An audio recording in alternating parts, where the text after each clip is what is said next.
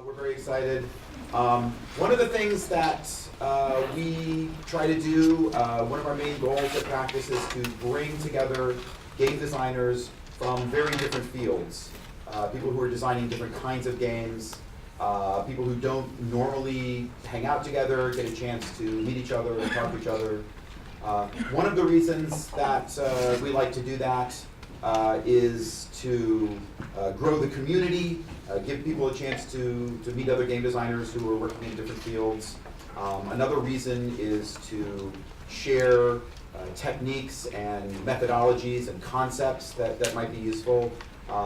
We think it's a great way to discover some of the underlying principles that cut across different contexts and really are shared between different forms of game design.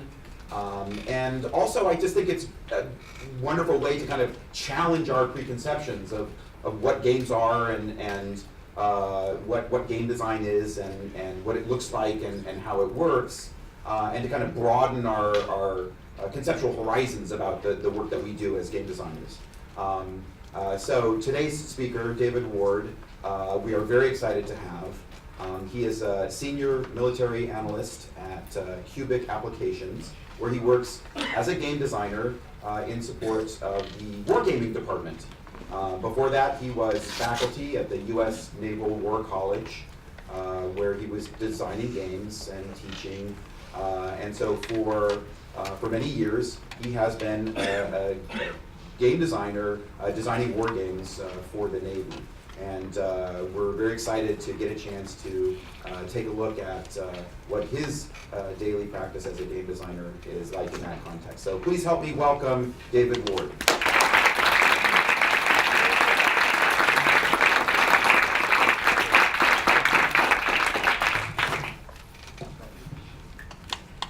All right, good morning. I'll try to remember, you stand so close but not too close to the mic.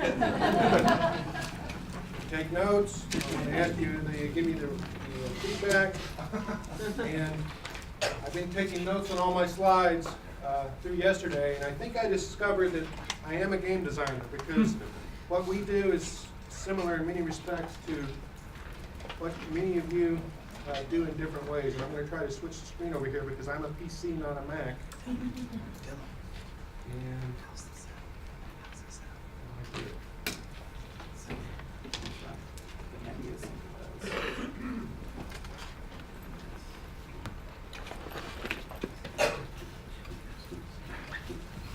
so this is where in all of our war games, you're always prepared to say, you know, in the military we do more before 9 a.m. than most people do all day, but if that was true, then my talk would be over.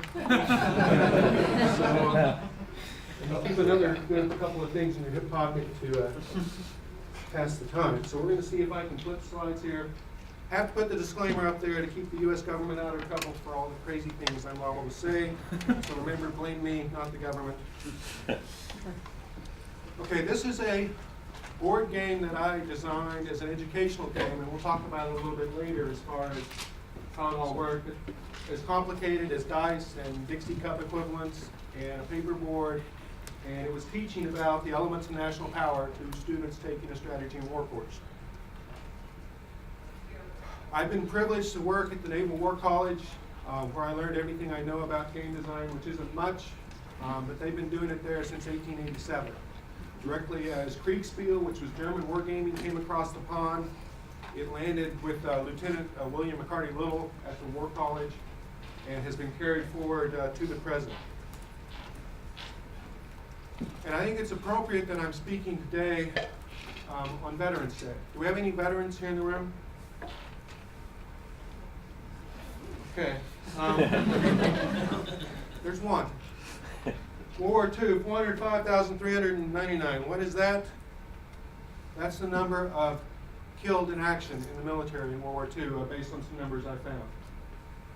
And that's why we war game, because if we do our job well, we'll be fortunate to learn some things that will make the next horrible, horrific war a little less so. So let's see, your upper left is sailors off the USS Texas battleship at Point du Hoc, where they had shelled the German pillboxes during the day. But interestingly, this Mulberry Harbors. How did they come about? Not actually a war game, but as they were doing their planning for the invasion of Normandy, somebody said, I guess we'll have to take our own harbors with us. That idea, springing with or without thought out of somebody's mouth, set a whole industry in motion that built the caissons and poured them out of concrete and figured out how they were going to make their own harbors and take them with them, because it was a key part of making Normandy work. Then in the Pacific, the bottom two, you've got battleships doing shore bombardment. You can see the assault waves going ashore. The Marines had to conceptualize and figure out how to do amphibious landings before World War II. Before that time, it had never been done as an art form. And they had to learn it and learn how to practice it, and then they more or less perfected it in the Pacific in World War II. So the U.S. Navy, though, there wasn't a battleship war in World War II. It's kind of what they wanted. The Battleship Club ran the Navy, and that was the thing to have command of if you were going to be a successful sailor, an officer. But December 7th happened, and all of a sudden we didn't have any real battleships left in the Pacific, so we had a problem.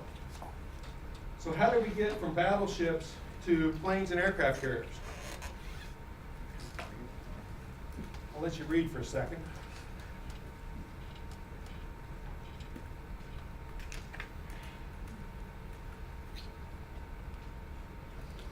So it turns out that this guy Nimitz, when he was in charge of the whole shooting match in the Central Pacific, he had a clue of how it was going to go down, because when he wrote his thesis at the War College in 1922, the aircraft carrier had not even been introduced into the fleet.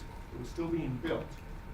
But because of the gaming that they did in the college in the 20s and 30s, because the Navy was broke and wargaming was cheap, they learned what they needed to know mentally to be ready for the Pacific War. Which takes me to the art of game design. We always start with a problem. Something that a 3 or 4-star admiral or general, typically it's keeping him up at night, it's ill-defined, it's wicked hard, it's complex, and he's trying to figure it out a little better. And so we go to the sponsor and we ask, what is your problem? And then we look at it through a game lens. How can we put together some kind of an event that will produce information that informs that problem? Okay, back that up. What data do I have to tell me something more about the problem? Back that up. How can a player give me that data? How will they play to do it? What decisions do they have to make? And it's really human decision making is where we focus at the Naval War College now on our gaming. We like to try to get into the head of the players and find out why they're making the decisions they're making, and then use that information after analysis, which is the last step in all our games, analyzing and writing about what we've learned, to then go back to that 3 or 4-star typically and say, not here's the answer, but here's what we think we've learned about your problem to tell you a little bit more about it. And I'm going to say it several times, but in my line of work, games never prove anything, they never validate anything, they're never the final right answer. If you want to know the answer, you got to fight the war. And don't recommend it most of the time, but that's really what it takes. So I've been through a number of different definitions of a game. I heard one that I think I like the most because it's broad enough that I can use it. It says a game is a particular way of looking at a problem. I liked Jane McGonagall's. She said that a game is the acceptance of voluntary constraints in order to then deal with a problem in a certain way. So we often talk in our lexicon about how many sides are there in your game. And so if I think broadly enough about a game, a 0-sided game is actually an analytic event. We're going to bring people together instead of just a bunch of people sitting around the table shooting the breeze about the problem. We're going to ask them certain questions in a certain way. We're going to structure the conversation, and we're going to try to get that data out of the heads of the people that know so that we can analyze it and then try to learn something more about the problem. Not very gamey, not very satisfying from a game perspective, but that's where we do a lot of our work because that's what the boss needs. A one-sided game is often where we have taught something or somebody's supposed to know something, and so then we're going to put them in a game environment to let them test themselves. So if we have a staff that's supposed to be able to execute a certain kind of a plan, or they're supposed to be able to think about certain different kinds of problems and execute, then we'll bring the staff in, we'll have them do their day job, and then we will roll out the problems and see if they react appropriately based on the way they're supposed to handle the problems. That's particularly used with students because they've learned some things during their schooling at the War College, and now we're going to make sure they know the tenets of how the U.S. government across the Department of Defense plans and executes, because Army, Navy, Air Force, Marines, we've got students from all the services plus DOD, Coast Guard, State Department, etc. And so we want to make sure that they all know how to work and play well with each other, because they're going to go back out of the War College to their next assignments and on in their careers. So that's a one-sided game. The 1.5-sided game we call a game where the control cell that does adjudication and runs the game and keeps the trains moving has to take the game in a certain direction. Because our problem is such that if we don't go in a certain direction in the game, we're not going to get the data that we need so we can analyze it and get a little closer to the answers. So the red cell then in control, the enemy, the bad guys, they're really not free play. And it's a little more deductive than inductive, and so we're going to work to take the blue team, the good guys, in a certain direction. Anybody heard of Millennium Challenge 2002? Okay. Not my war game, and I don't know a lot about it, but that's an example of where I think the red cell was supposed to go in a certain direction for the objective of the game, and he turned a 1.5-sided game into a 2-sided game and went where he wanted to go. And that takes us to 2-sided or multi-sided games, which that's the beautiful thing about free play or multi-sided gaming, is it brings out the very best competitive spirits of the players on both sides. And if there's one thing we know about Americans, and it's kind of obvious here in New York, people like to play and win. And that's a tool, and those competitive juices and that passion that people will bring to a game because they don't want to lose is something we love to capitalize on. And so those are our favorite games, are the 2-sided or multi-sided games. And so a 2-sided game would just be red versus blue. Typically for us, that's a maritime problem. But oftentimes, today's world is very complicated. And so it's not just about red versus blue. We will also have allies. Those would probably be green players. Or there would be people that might lean toward the other team but not really want to play completely. Those would be pink. They're really not red. We call them orange or pink. Just kind of our genre of color descriptions. But we might have to take into account down in adjudication the activities of multiple sides in the game.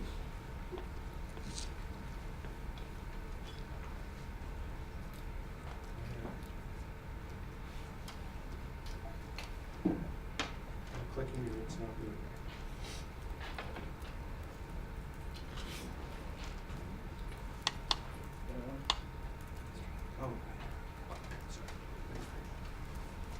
Now, from a player perspective,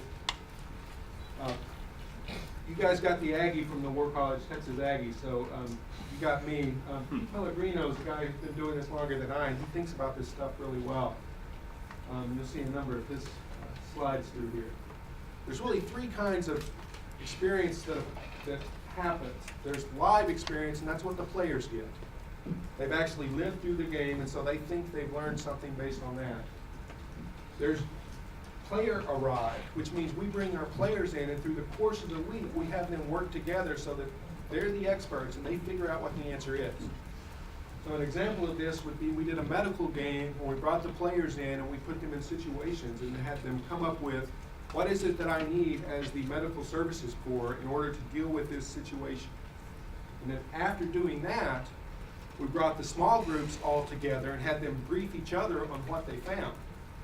And then as a group, they took the information they now all had and they ranked and looked at what things matter the most across everything from Arctic warfare to desert warfare, and what should our priorities be.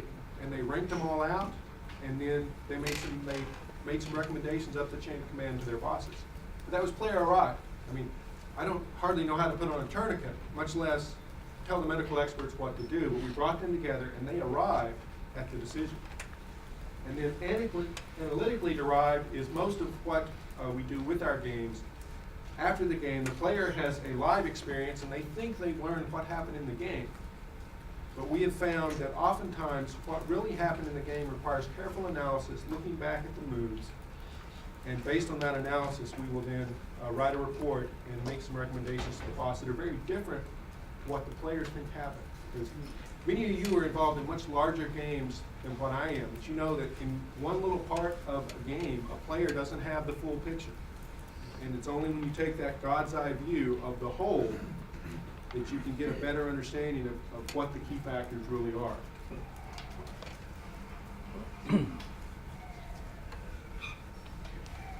So I run games to give me information.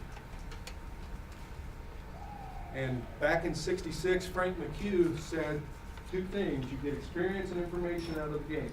Experience is what the players get. If we do it well, they get the right kind of experience. Can't guarantee it. And we get information we can look at. Both of those are involved in every game. This was some of the notes I took down yesterday. When somebody said, I'm about abstraction, I'm not about reality, something to that effect, I'm interested in not the real. It's a game. It's a problem with us a lot of times. Our players come in and they want it to be just like the real thing. It's not. Real thing is too hard. It's too complex. It's too unknowable. So as you guys know, we abstract it to where we get something that we can use. Our games are not fleet exercises. We don't use real aircraft, real ships, real planes, trains, or automobiles. It's a game with players. We don't computer model to get the outcomes. Now, sometimes we will, and we will bring in experts who have run the models that they think a certain weapon used a certain way against a certain enemy will produce this kind of result. But in my work, oftentimes, if they told me they'd have to kill me, so I don't get to know why they know what the answer is, but if I'm lucky, I can bring somebody in who can tell me what the answer is. The other big problem we have is to really run the models, and I think you guys know this better than I. We like to get our adjudication turnarounds. It used to be we'd have overnight. But the really big models, even running them overnight with the new data the players give you by 5 o'clock, for example, you're not going to know by the next morning with a significant number of runs what that answer would be to give it back to the players. So even if we could use the models, they're too slow. So rather than using computer modeling, most of our adjudication is done with a adjudication team composed of experts and people that grew up in the Navy or the Marine Corps or the Army doing this in their day job. And they have a pretty good idea based on their experience of how the outcomes ought to be. It gets more interesting. Our favorite game is the dolphins with lasers versus cloaking devices. But that's what we get oftentimes. You want to run a game and try to see what the military is going to look like in 2028 or 2030. We're talking about dolphins with lasers versus cloaking devices. So how are we going to model that? I don't know. But what do you do? So what do you do? We have to look at the future. We have to try to figure it out. What do we do? We bring together some experts. We try to get the rules of thumb, an approximation, a first order of how's it going to go. And we tell people that's the best we can do. Let's play it. And then if that's the key factor, our game results are going to say, it really depends on if the dolphin can see for this far or this far. Based on our game results, you need to go check out your dolphins and find out if they're really that good or not. But the game doesn't prove that the dolphins are or not. And this is not quantitative analysis, it's qualitative analysis. And the one other thing that I see is very different in my world is that most of the data that we get out of our game is based on what our players tell us in the form of either they say it and we capture it, or they type it and we capture it. And Dennis Callan, a little board gamer, much smarter than I, is always very fond of saying, never do for the players what you can make them do for you. So we prefer that our players type it, because then we don't hear it wrong, we get what they said, and hopefully we all speak close enough to the same English that we can use that data after the game. Frank, you're going down this road here because you're capturing the tweets and the things that people are saying about practice. If this was a work college event, I dare say that we would take and we would dump all of that into Atlas TI and Analyst Notebook, and we draw the parallels and try to find out what are the key things that people said were good, bad, and other about practice. So we would do qualitative data analysis, not quantitative. And anybody know what a box set is? Bunch of guys sitting around a table. That's not what we do. We used to run a lot of box stats. We've gotten away from that, and now we actually look at the data and do analysis. If you're just going to talk about it, talk is cheap.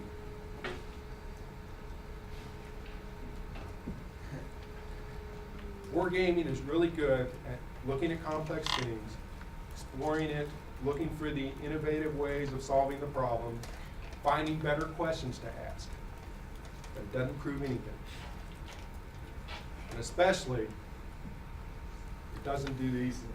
You guys know as game designers that if you build the game a certain way, it will play in a certain way. And the winner, maybe not completely, but is often biased, always biased, in the way that you as the game designer have built the system. And you know that as the designer. So a lot of times we get people that come in and we will have a number of different entities and advocates for their widget or their system or how they want the game to go, because there are billions of dollars in potential program funding that for some reason will rest somewhat on the outcome of the game. So they will come to us and they say, I want you to play a game that proves that the F-47 is the best fighter that ever flew. And you can build a game and do that. And that's where people that say all war games are fake could be true. But not the ones we do at the War College, I can tell you, because we try to make sure that we are open in our assumptions, and that if the game has a bias, it's appropriately biased. Now notice yesterday we were talking about balancing a game. And I was thinking, I'm the only guy in the room that if we do this right, we want the most unbalanced game you can build. Because war is not about having a fair fight. If we do it right, it's the other guy who suffers and not the United States.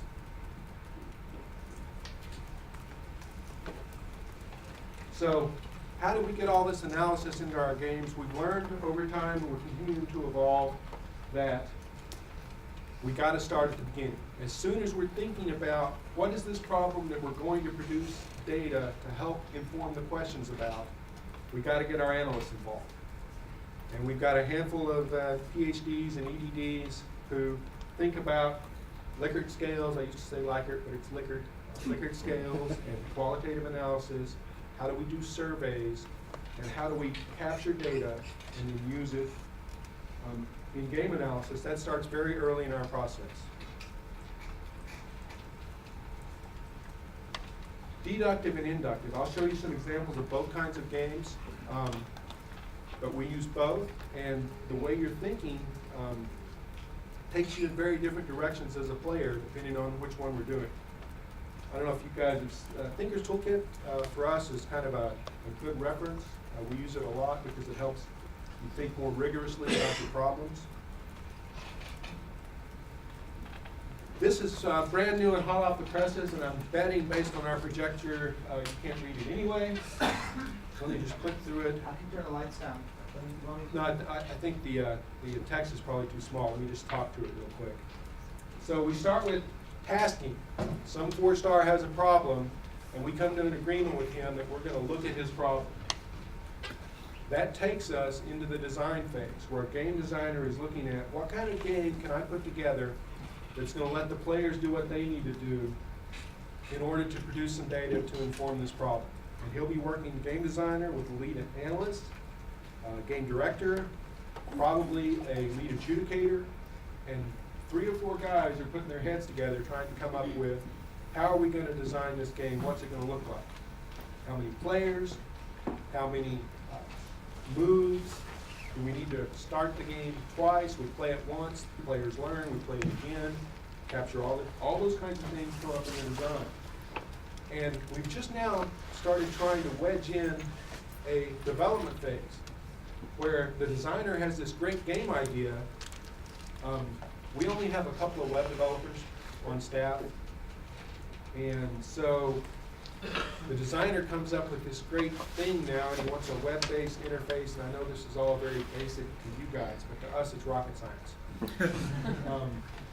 We need to have a web-based interface for the players to find their references and be able to pull up the move sheet that they're going to submit, fill it out electronically, and then submit it into the computer. We use technology only to the extent that it allows us to have the players submit their moves faster, get the moves down to adjudication faster, and let us figure out what's going on faster. We're experimenting with a little bit of basic touchscreen information. All our pilots typically are very visual people, and if they can touch and say, I want this to go here, touch and move, that would be very useful, so we're playing with that. But we have unique constraints. All of this Wi-Fi is not used in our secure gaming facility. It's a standalone hardwired network, and that's for classification reasons. After development, we would like to, typically this past year, for example, our big game, we finished the development phase on Friday because the game started on Monday. And really, our game was a good beta test as opposed to a gold, who said it yesterday, gold disc? We didn't do a gold disc, we didn't get there. So we're trying to expand our timeline so that we leave time for testing. And then, as we've started to crunch down and try to get adjudication down to 2 hours, that is a level of proficiency across an adjudication team that maybe half as many people as are in this room. You got to practice. And all our adjudication teams are different because the games are all built differently. And if we don't bring the team together and rehearse and practice, we can't be as proficient as we need to be on game one of the day. Game day number one. We very seldom bring the team together early to practice because the biggest expense in our games is the travel dollars to get all those experts to converge on Newport so we can run the game. And then after the rehearsal, we'll execute the game. When the players leave on Friday and they think it's over, that's when the real work begins. And we'll spend the next couple of months analyzing the data and then writing about it. So this is our idealized, this is the classroom example of how we think it's supposed to go, and our chairman just sat us down and we worked through all this as a faculty. We've got about 15 active duty and civilians and 15 active duty, 10 civilians, and 5 contractors that are wargaming faculty with the War College. And we told our boss this is kind of how we think it ought to go. And so he said, okay, we'll do it that way. But he's not going to give us any more time or any more money to make it all happen. But at least we've kind of identified it. So this is new as of about the last month. So now, as we're designing games, we think about those player decisions. And we really want the players to have to make difficult decisions, because making difficult decisions will give us better data to analyze at the end. And we always talk about a lever to pull. If the player is going to do anything in the game, he pulls that lever. He makes a decision to go left instead of go right. He makes a decision to use a submarine instead of a ship or an airplane. He needs to live with the consequences of that action, because if he doesn't, he figures this is a worthless lever, he throws it away, and he never pulls it again. Now, one of the questions I was asked for some background before I came up here, is a war game, war played as a game, or is it a game about war? And the answer is yes. If it's war played as a game, you're bringing your players in and you're having them do it like they do it now for real, fake game environment. And if that's the case, then we try to reproduce those elements of that environment that are necessary while taking away everything that's extraneous so that they just focus on the decisions that we want them to make. COA stands for Course of Action. There's a military planning process that all of our military game players and military officers learn, and it's how we make plans and actions quickly given the fog of war and everything else that we go through. So it's a common thing, and doing it this way brings war into the game, brings our players in a very comfortable way. Well, if it's a game played about war, very different. Because now we decided that what we need to do in this game is an activity that's appropriate for the kind of data that we want, but it may be very foreign to our players. And so the aspects that we represent and we put in the game are going to make our players uncomfortable. They're going to have to learn, and players are typically bad at learning before games. And another thing that's usually, I think, a little bit different with what I do than what most of you do, at best, I typically get about 50 hours with my players. And most of my games start on a Monday morning and end early on a Friday, because to get those kinds of people out of their offices for more than a week is almost impossible. And I saw process maps yesterday. We do the same thing. You're looking at everything in the center is the player, and everything that's not the player, somebody else has to do. It's really hard for us to build the Truman Show. He's in his rowboat, and then everything around him, somebody else has to do. And we get into situations where we'll tell the player to send the ship to do the landing. Well, the player calls the ship. Well, the ship is Control. Control told the player to send the ship, and then Control gets tasked to go, and then the player's going to call the ship, who's the same guy on a different, and ask, did you go? And he's going to say, yes, I did. And then he's going to get on the phone, he's going to call and tell his boss, hey, the ship is there, which is the same guy in Control. So you don't want to do that, because you're making work for yourself instead of focusing on the player. But you've got to build a process map, as you guys know, so you understand what's happening in your game.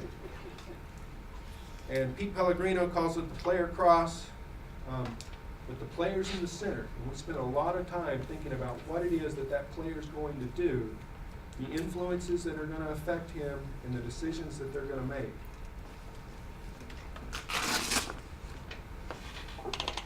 Here's a more complex process. And what gets really interesting is after we've designed a game for a while, we'll have somebody come in and say, I want to be this guy in the hexagon, and I want to do something different. And you know, if you built your game in a certain way, based on a certain set of inputs and outputs, and now you're bringing somebody else in who's changing that, we've had very bad things happen when we do things like this. So this is more of a caution about make sure you know goes in, goes out, what happens in the middle. Dave, can I ask you a question about this diagram? I wanted to say this since yesterday. No.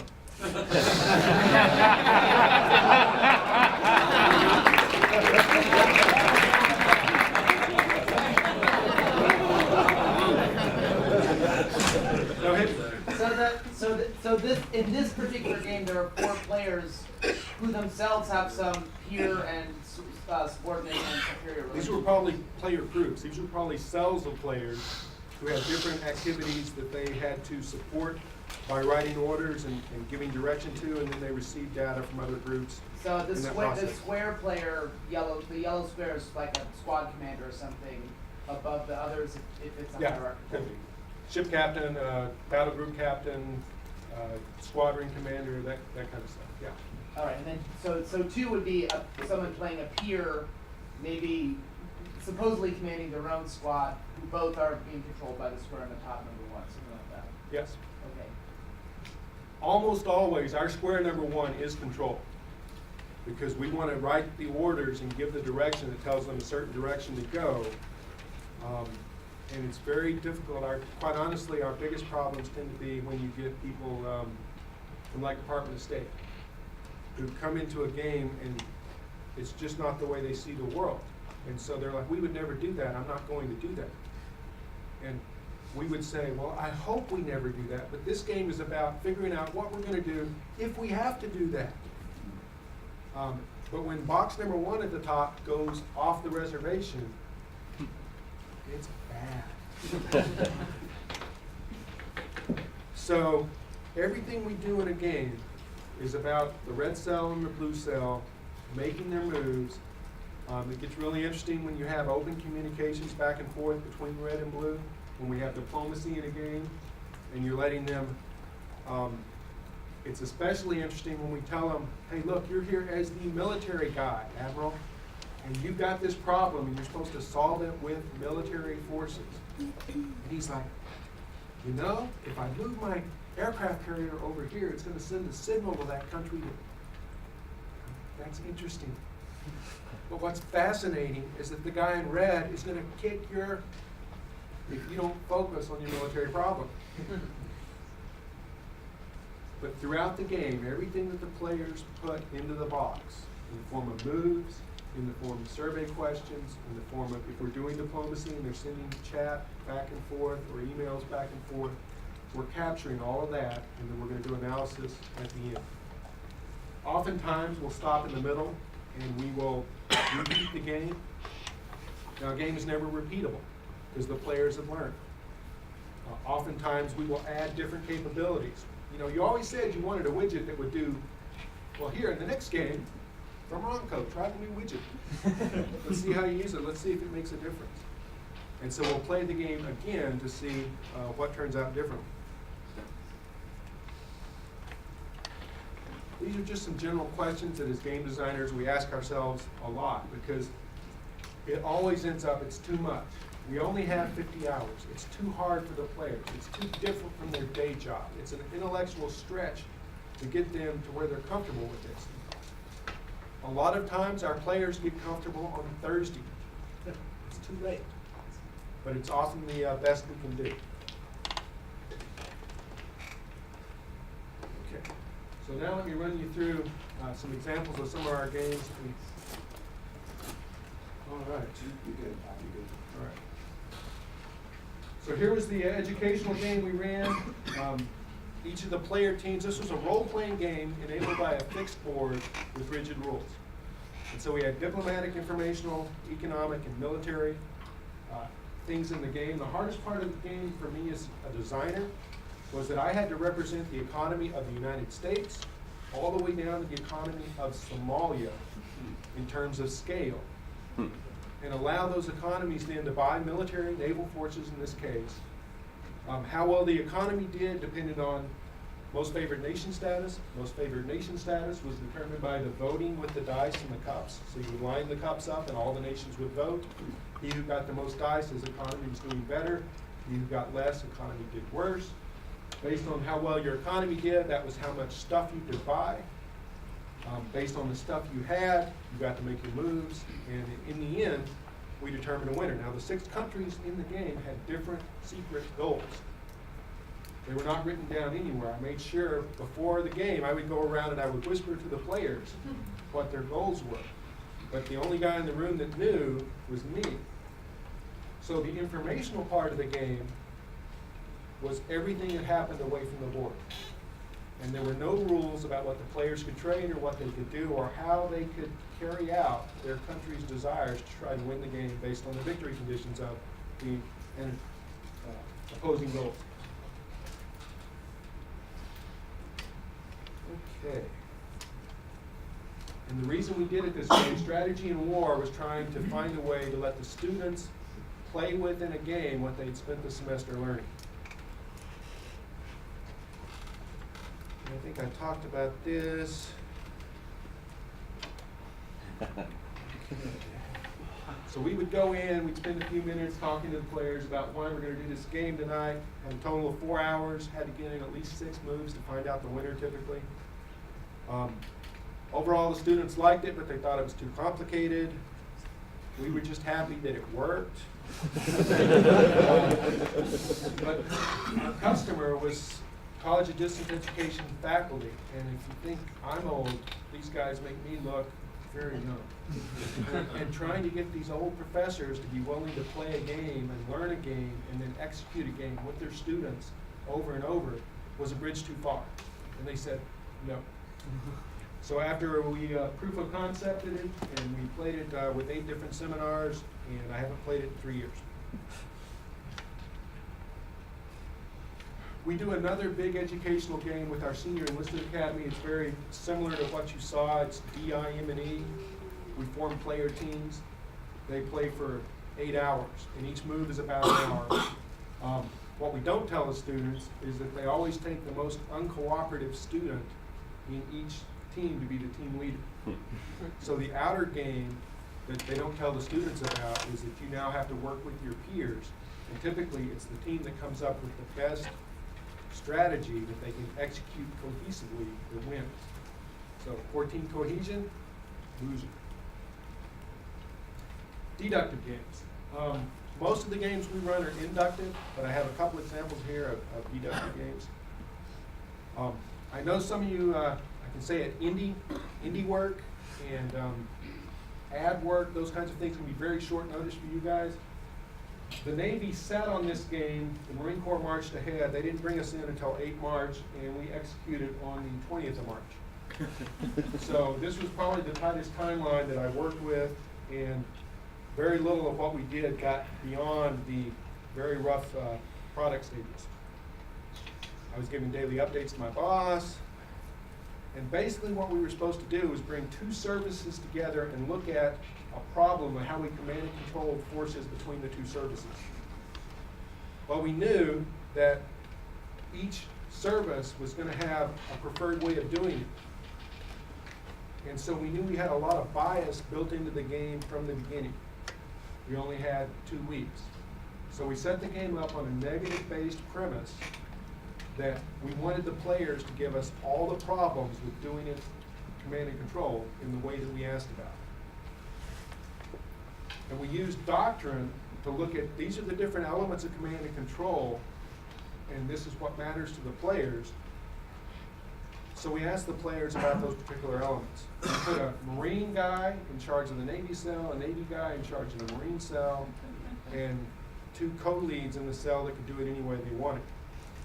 So we tried to bias it even more, since they were asking to produce problems. The cells that thought they were going to have bigger problems were led by the service that thought they had a bigger problem. And we tricked them. Because we knew the players, we thought the players would never agree. And so all we asked the players to do was give us the problems.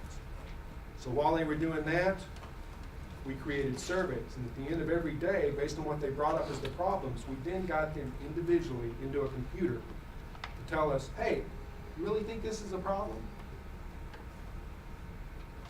And this is typical for us across the game. You bring players in on a Monday, you give them some overview. Here's what you need to know to get your head right for this game. Then we start playing either Monday afternoon or Tuesday. Oftentimes, if we want to cross-talk and crosswalk what the players are learning, we'll have a plenary session to let them tell the whole group what they're doing. And then we'll rinse and repeat several times to get to Friday. Friday, if we have dignitaries or senior officers that want to come see what's going on, we'll bring them in on Friday. We'll kind of give them an overview. And then the worst thing we do is give them an overview on Friday. Because a lot of times what they think they see, based on what the players think they know, isn't the final answer. And then we wrap it up sometime around lunch or after lunch on Friday and send the players home. So that's what we did here. We finished on Thursday, and Friday we started the analysis. Everything we did was based on templates that the players filled out or surveys they did in the computer. And let me go through this. So this was a deductive game. We had a null hypothesis that command and control doesn't matter. And then we had 2 different hypotheses that said different ways of doing command and control do matter. Analysis of continued hypothesis, the software that lets you say that the least disliked is the most preferred. So that's what we used, and we used all those negative information the players had given us to find out what they hated so that we could find out what they didn't hate so much. And they found a bunch of issues, and this is what it looked like. That this one ended up, oops. This was the least disliked, therefore the most preferred way of command and control. And the amazing thing was, is the Navy left the game convinced that nobody agreed about anything. And the Marine Corps thought that's what the Navy had done as well. And so when we showed up a month and a half later to tell the general what had happened, he's like, you guys got findings? Interestingly enough, we do. And we wouldn't tell him what until the meeting, but we sat down and we said, because this was what we wanted to happen. And the data in this game shows that it worked. Now, whether or not that's the final answer, we don't know, but we used a process that got us to what the players prefer. Can Yes, you sir. just run us through what that conclusion is, what NAV4 and TACCON, NOPCON, and Let me see here. that bullet point that's the preferred method, right? Yes. So what is, do you mind just taking us through that? Naval terminology? Force, TACON is tactical control, OPCON is operational control or command, and those are different levels of command and control within the system.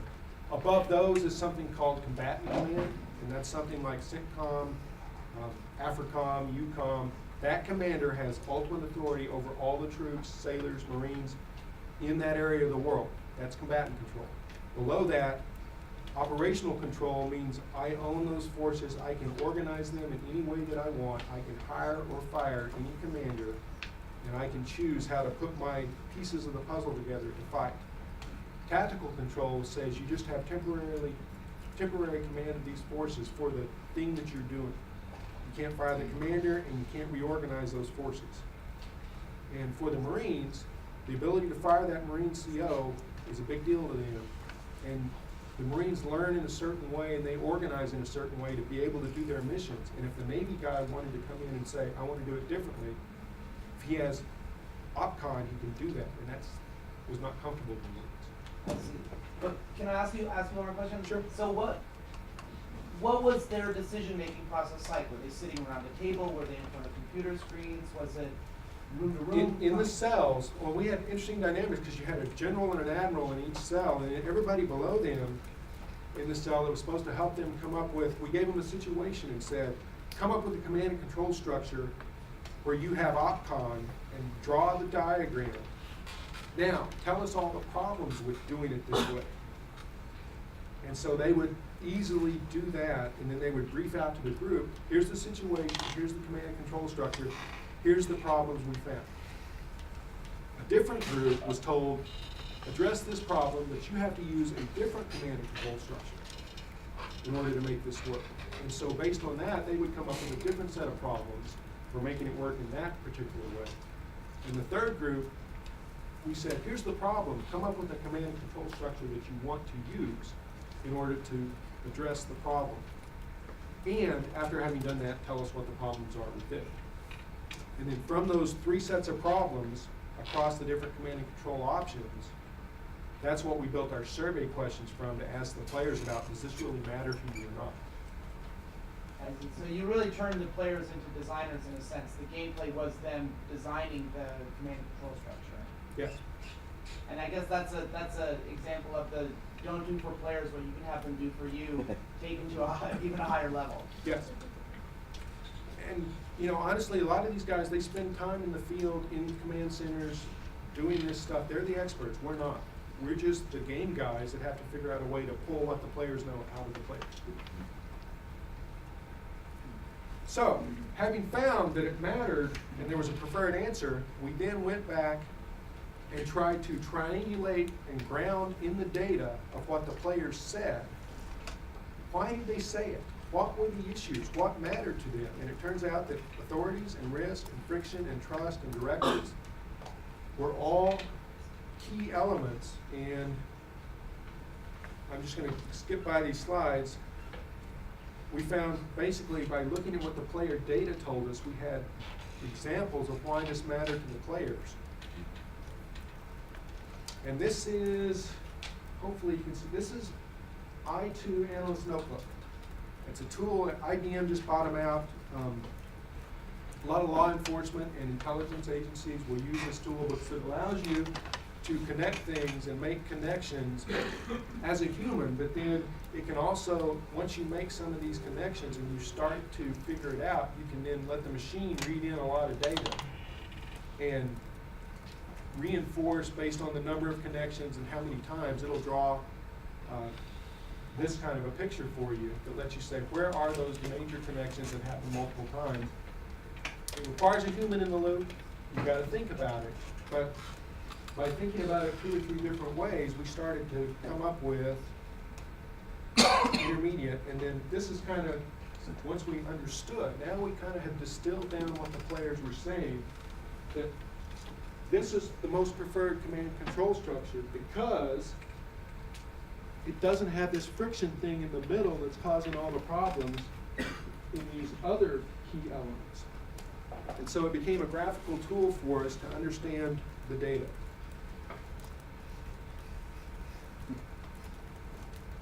And then after a game, we will typically go back and we will brief the rest of the department, because all the department doesn't work on every game all the time.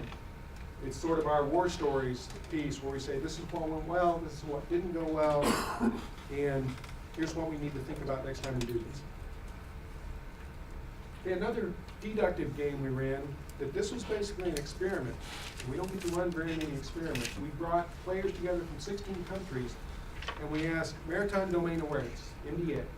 You guys like to know about ships, and so how do you take what you know about ships and share it with other countries? And so this is kind of the one picture slide. If everything in the white space here is everything we'd like to know about every ship that has a guy named Osama on it, or is smuggling drugs, or is legitimate commerce, some information people will share readily. Other information they will share if you're their ally.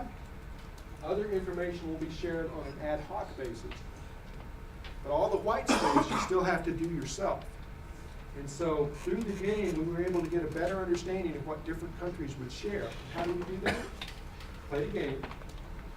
We had a database of fake ships and fake information, and we asked people, do your day job. Would you share it or wouldn't you? We gave them a victory condition. They were hunting for clues about different sailors on different ships and different cargoes. What is the cargo of the ship? And they wouldn't have that information initially. And so they had to decide, will I trade that information to somebody else in order to, as many people said it, you put what is the chart of the winner board? We had a winner board so that they could see which team was finding out more of the information that they needed to win. And so the players were playing the game of sharing information. What we cared about was, hey, do it the same way you do in your day job, and if you can't share it, don't share it. We cared about, in the end, why did they share it or not? So it was a deductive game. Go over some inductive games until you guys cut me off here, and so you've seen kind of how we do it. We brought in players from around the world. This was a scenario-based planning exercise, and we said, there's some major drivers in the world, things like resource conflict or scarcity of food and water, and based on those conflicts, we said, you're supposed to think that the world is driven by resource conflict. Tell us what your world is going to look like in 10 years if that's true. So we're being inductive at this point. We're asking them to think broadly and bring it home based on where they live. And then we said, okay, if those are your regional issues, I'm on the far left column for you guys. What are the strategic missions that the government needs to undertake to address those issues? Now, based on those, we're the Navy. What would the Navy do to address those issues? And then we brought everybody together to crosstalk all the issues they came up with. Then we went back on day 3 and we said, all right, given these issues, are we well positioned? Do we have the capabilities we need? Are we ready to address them as a Navy across the navies of the world? And then, do we have the right concepts? And finally, on the last day, we said, where are we short? What can't we do that we need to be able to do moving forward? And based on that, what new capabilities do we need? Finally, two-sided game. open inductive gaming where we've got a place in the world, we've got an enemy, we've got good guys and bad guys. We put the players in ourselves. They figure out, here's the problem, what am I going to do about it? And they put their moves together. We go down to adjudication, and we would kind of talk about, if it goes really bad for blue, how does that look? If it goes really bad for red, how does that look? Okay, those are kind of our goalposts. Now, where do we want it to end up being plausibly in the middle to move the game forward for the next day? And we would set that up and then send it back to the players, rinse and repeat. War process flow, this is the one from that game, all the different things that went into the cell as far as Commander Joint Task Force campaign guidance, the guidance to the Joint Maritime Force Commander. Then he had to input plans in the move mechanism. We had to have a comms plan. We had to have assessment tools. We had to have a tool for request for information, because we never tell the players everything they think they want to know. And we never give them enough toys. And we always ask for more toys in order to effectively fight the fight. And most of the time we say no, but sometimes we say, you know, they probably would have that. We should have given it to them. Give them another widget so they can play.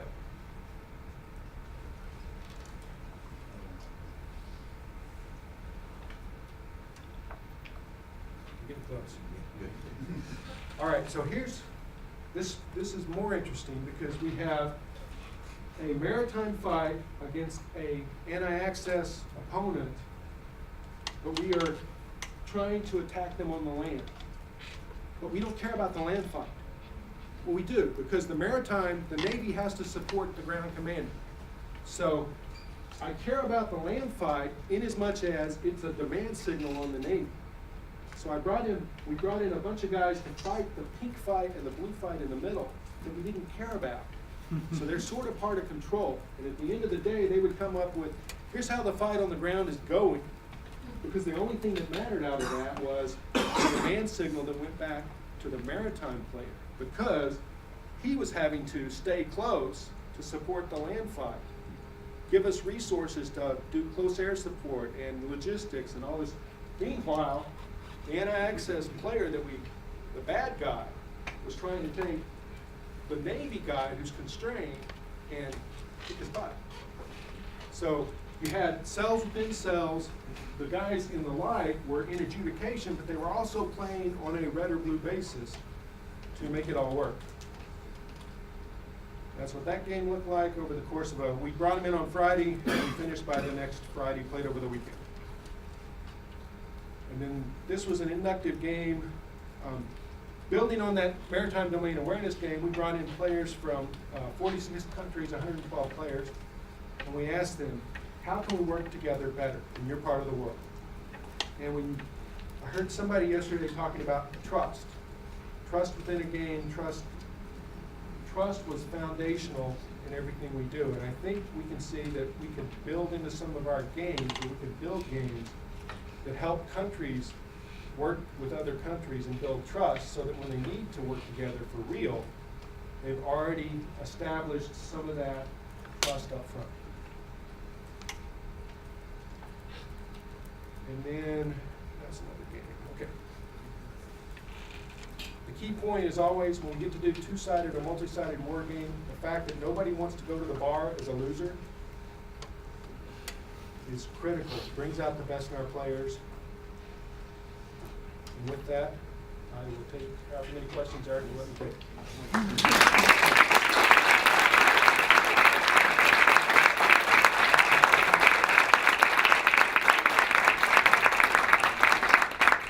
We're going to go a little bit over time, but I want to give people a chance to ask questions. So does anyone have any questions? Yes.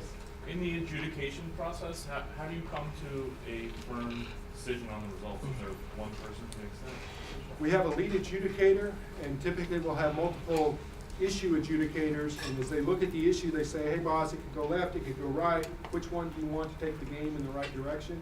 And the lead adjudicator will make that decision, and then based on that, all the feedback is generated about how the world looks. So sometimes the result is partially the kind of problem you want to throw at the players the next day, not just the logical conclusion of their actions. Correct. We could say the most likely outcome is they would not be around the next day to deal with tomorrow's problem. However, it's plausible that they survived, and so they're going to survive, so we need to look at tomorrow's problem. So I have a colleague in Stockholm who's working with war games at the academy, and he's done a couple of studies where he has looked at automated games, where he saw that some people stopped playing it as a war simulation and more started to play it, play the rules basically, which was a problem in his case because they wouldn't actually be playing it as what it would have, they would have to have done if it wasn't real.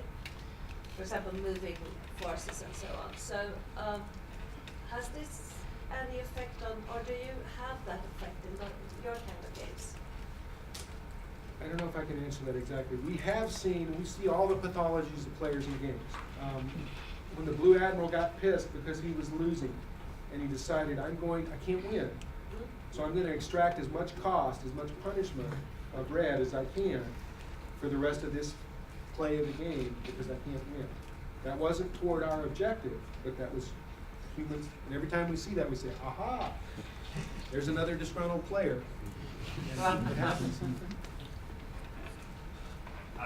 So, is there any iteration in the use of games? Is a game design today useful to see how that would play out 5 and 10 years from now? We will build a game as best we can to try to play using future forces and future capabilities. We typically don't recycle games. I get a one-off with an N of 1 typically for my sample size. Yeah, could you tell us a little bit about your background with war games before you became a professional game designer, war game designer? Were you a hobby game player? Did you play Risk? Did you play SBI games? I had never done any of those things prior to getting stationed at the Naval War College. What drew you into, what caused you to be drawn into? At that point in my Navy career, we could go anywhere that we wanted to because promotion wasn't really a problem anymore. And so my wife said, I want to go somewhere I've been before. I said, there's an opening at the Naval War College. She says, really? What do they do? It's a war game. I said, she goes, what do they do? I said, I don't know. She said, take the job. Are some of your colleagues longtime game players? Yes. We noticed, I guess about 10 years ago, they decided that rotating Navy people in every 3 years wasn't giving us the depth of knowledge that we needed. And we've got a handful of older professors now who used to be doing this as active duty military officers who now have about 15 years on the job as working. Our lead adjudicator is probably our best at adjudication. He's been doing that, I think, for 16 years. So would you say that there's generally an awareness within your group of the larger game industry and game design and like your connection to it? We have been becoming aware of the larger process of game design, and we knew that we thought we were one niche of it. I've been happy to see over the course of practice that I are a game designer. But we don't have a lot of interaction, so most of our stuff is classified, and we use technology only minimally just to get to the results we need. So we don't do a lot of the things you guys are lucky to do. So based on what you've seen here, what do you think about your relationship to the player as a designer or as a factor of the game compared to everything else you've seen? You guys take a lot better care of your players. Literally, we use our players up. It's hard to make hard decisions all day long. All that brain chemistry and everything else, and by Wednesday night or Thursday morning, we typically see the fatigue and the mental thinking of the players. And we don't care. We ring them out so that when they go home on Friday, they say, wow, that's a lot harder than I thought. Most of our guys that come play have never played a war game before. And they think it's going to be doing their day job and a lot of fun, and it turns out to be a lot of work. I was wondering, one interesting trend in commercial war games is that a lot of traditional war games mechanics are now being applied to. Sorry, Louder, say again? a little bit louder. Oh, sorry. There's an interesting trend of things that resemble war games are modeling something like exomobilization or other, traveling to Mars in 30 years kind of stuff. I'm wondering, has there been any cross-pollination in that way between the Naval College and other parts of the government for running games about, how will cap and trade work out, or other things that aren't military but might have similar logistical. We do some work that's not directly military, and typically we start with a literature review. We're just the gamers. We don't understand the problem when we start. And as we dive into the problem, we try to define the problem space and then build the mechanisms that will let us play a game to produce data to inform the situation. We often send our gamers to the Army, Air Force, or Marine Corps to their events, and so we cross-pollinate that way, kind of across DoD. We don't do as much across the civilian universe. We should. Are you ever worried about your players having fun? Like, are you fun at first because that would be a danger more? We worry about it just in the fact that a player that's having fun is going to play better. I would love to take perfect care of the players, and if we will build our games further in the future and have more time to get the game right before the players show up, we'll eliminate those distractors and dissatisfiers, and we'll get better play out of the players. How do you select your players? You said you get players from all around the world.